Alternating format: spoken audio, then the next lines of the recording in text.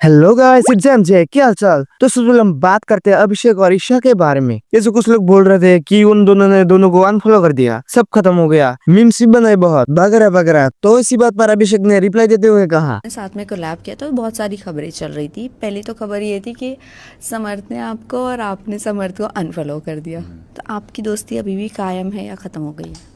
तो फिर तो आपको पता होगा कि हमने अनफॉलो नहीं किया, क्योंकि हमने कभी फॉलो ही नहीं किया था। हमें फॉलो अनफॉलो से मैटर नहीं करता, हमें ये मैटर बट करता है ये भी आपकी क्लियर तो दोस्ती कर है या दो। नहीं है। दोस्ती है, ऑब्वियसली है हमारी दोस्ती। उसने मुझे बर्थडे पे भी विश किया था। जी।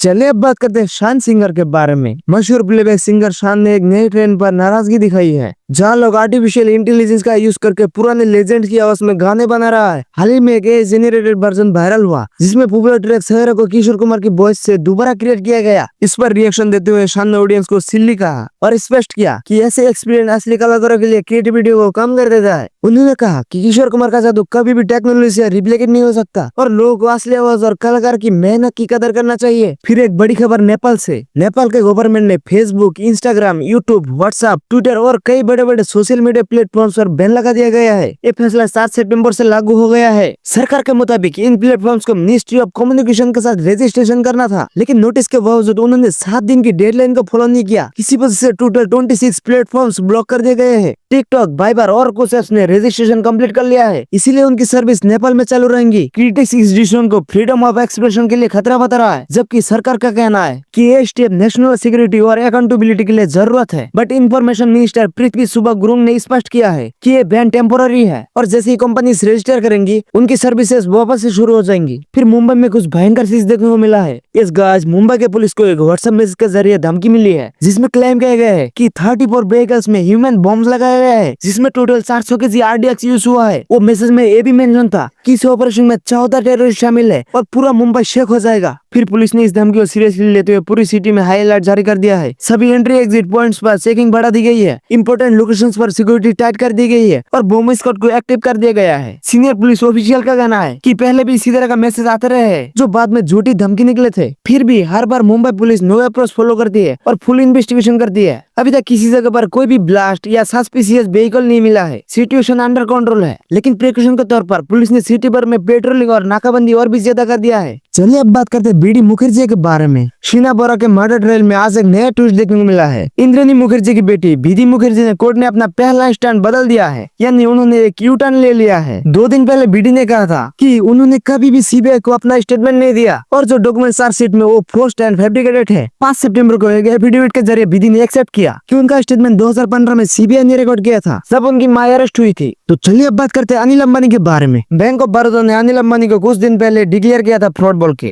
और इस फैसले के बाद एक बड़ी कंट्रोवर्सी खड़ी हो गई है। ये स्टेप रिलायंस कम्युनिकेशन से जुड़ी फाइनेंशियल बिना नियम के चलते लिया गया है, लेकिन अनिल अंबानी ने अपना स्टैंड क्लियर करते हुए कहा कि उनका रिलायंस कंपनी के मैनेजमेंट या ऑपरेशन से कोई भी लेना देना नहीं है। उन्होंने क्लेम किया है कि उनका इस पूरे मैटर में किसी भी तरह का कोई रूल नहीं है। इंडस्ट्री एक्सपर्ट्स का कहना है कि बैंक ऑफ बड़ौदा के इस कदम से अनिल अंबानी की फाइनेंशियल क्रेडिबिलिटी पर और भी सवाल उठ रहा है। साथ ही रिलायंस कम्युनिकेशन की ऑलरेडी कंट्रोवर्शियल इंसॉल्वेंसी प्रोसेस पर भी ये नए ऑपरेशन खड़े हो रहा है। फिर बात करते हैं कांग्रेस के बारे में। केरला कांग्रेस को ऑफिशियल ट्विटर पर एक पोस्ट शेयर किया गया था, जहां पर लिखा था British and Bihar start with B can not be considered seen anymore. ये रिमा जीएसटी रिफॉर्म्स के संदर्भ में था, जब ब्रिटिश पर टैक्स कम किया गया। ये पोस्ट डालने के बाद बिहार की राजनीति गर्म हो गई। बीजेपी और जेडीयू ने इसे बिहार और उसके लोगों को अपमान बताया। जेडीयू के नेता संजय कुमार झा ने कहा, बी से सिर्फ बीडी नहीं बुद्धि भी होती है। डेप्यूटी सीएम ने इसे पूरे राज्य के सम्मान पर हमला बताया। ये सब होने के बाद कांग्रेस ने वो पोस्ट तुरंत डिलीट कर दिया और अपना बयान जारी करते हुए कहा, हमें दुख है अगर हमारे शब्द से आपको तकलीफ पहुंची। एक्चुअली रिमार्क मोदी सरकार के जीएसटी डिसीजन पर हुआ था। तो अब बात करते हैं डोनाल्ड ट्रंप के बारे में। Former US president Donald Trump ने एक क्रिप्टिक पोस्ट शेयर किया है, जिसमें उन्होंने कहा, lost India Russia to deepest darkest China. एक कमेंट उस वक्त आया है जब अमेरिका और चाइना के बीच नए टैरिफ रॉ का मुद्दा गर्म है। ट्रंप ने अपने इस मैसेज में इनडायरेक्टली ट्रेड और डिप्लोमेटिक शिफ्ट को हाईलाइट किया है। उन्होंने कहा है कि ग्लोबल पावर बैलेंस रैपिडली बदल रहा है और अमेरिका को इस सिचुएशन का सामना करना होगा। पोस्ट के अंत में ट्रंप ने एक फ्यूचर की बात की है, जिसे अमेरिका के ट्रेड पॉलिसी और अपकमिंग इलेक्शन के लिए एक इनडायरेक्ट सिग्नल मान रहा है। ये स्टेटमेंट अब इंटरनेशनल सर्कल में चर्चा बन गया है, खास तौर पर इसीलिए क्योंकि इंडिया और रशिया दोनों ही पिछले कुछ सालों में चाइना के साथ अपना टाइज मजबूत कर रहा है। तो दोस्तों आज के लिए बस इतना ही। हो सके तो एक सब्सक्राइब कर देना। मिलेंगे नेक्स्ट वीडियो में।